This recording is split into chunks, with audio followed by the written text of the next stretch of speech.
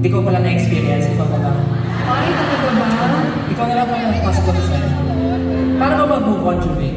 Iba-iba kasi tayo. Totoo naman. Ako kasi mabilis ako makamove on. Bukod pala sa magaling kang kumanta, magaling ka rin mag-move on. Aha. Hindi, iba-iba tayo ng coping mechanism. Tama.